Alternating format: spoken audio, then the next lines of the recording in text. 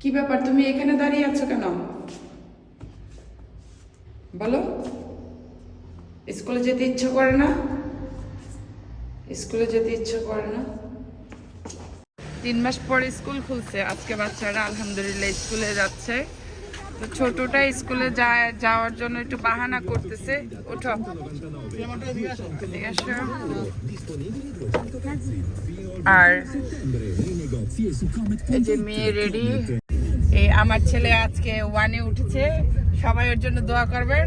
ও আজকে প্রথম লেখাপড়া স্টার্ট করবে। এতদিন কি করছে, খালি স্কুলে গেছে, বাচ্চাদেরকে আঁকাআঁকি করাইছে, মানে ওদেরকে খেলা করাইছে, ওইভাবে ওদেরকে আসলে কোনো কিছু শেখানো হয়নি।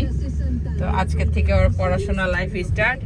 হ্যাঁ, মা দোয়া করে দেই যাতে ভালোভাবে পড়াশোনা করে তুমি ভালো কিছু হও। হ্যাঁ, কি হতে চাও তুমি? লক্ষ্মী ছেলে হয়ে গেছে, দেখছো কত ভদ্র ছেলে হয়ে গেছে আমার ছেলে, ভেরি গুড বয় হয়ে গেছে। ছোটটার একটু মন খারাপ, স্কুলে যেতে চায় না। আর আমার ড্রাইভারেরও আসলে 3 মাস বসায় রাখতে রাখতে ড্রাইভার একটু অলস হয়ে গেছিল। তো এই যে ড্রাইভারকে পরিচয় করে দিচ্ছি, ড্রাইভার এখন চালু হয়ে যাবে, কারণ এখন সকাল থেকে ডিউটি শুরু হয়ে গেছে। ড্রাইভারও এখন প্রতিদিন সকালবেলা উঠে যেতে হবে।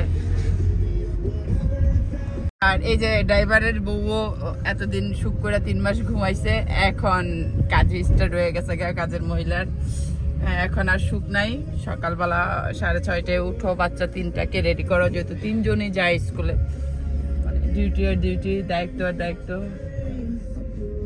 তো আজকে মানে আজকে আর কালকে 2 দিন ওদের স্কুল টাইমটা এক না, 2 দিন যেহেতু 3 মাস স্কুল, মানে ওদের নতুন ক্লাস, তাই একটু সময় নিয়ে, মানে আজকে সকালে একজন যাবে 8:30টায়, একজন বের হবে 12টায়, একজন যাবে 9টায় বের হবে 12:30টায়, আর একজন যাবে 9টায় ঢুকবে, আর একজন বের হবে বিকাল 3:30টায়।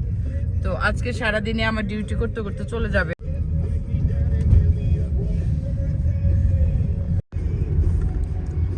2 দিন, সোমবার মঙ্গলবার গেলে আবার বুধবার থেকে ছেলে মেয়েদের স্কুল টাইমটা এক হয়ে যাবে, তখন আর এতটা কষ্ট হবে না। সকালবেলা আগে বড় ছেলে আর মেয়েকে দিয়ে যাব, তারপর হলো গিয়ে ছোট ছেলেকে দিতে আসবো আর কি। এই যে আজকে কতদিন পর মানুষের ভিড় দেখতে পাচ্ছি স্কুলের সামনে।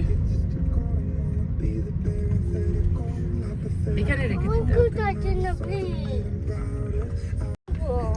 আপু সিয়াম আগে ঢুকবে, তুমি পরে ঢুকবে। সে বলতেছে সে স্কুল যাবে না। আমি না, সে পরে। আচ্ছা মা, দিয়ে দোকানে আমি করব।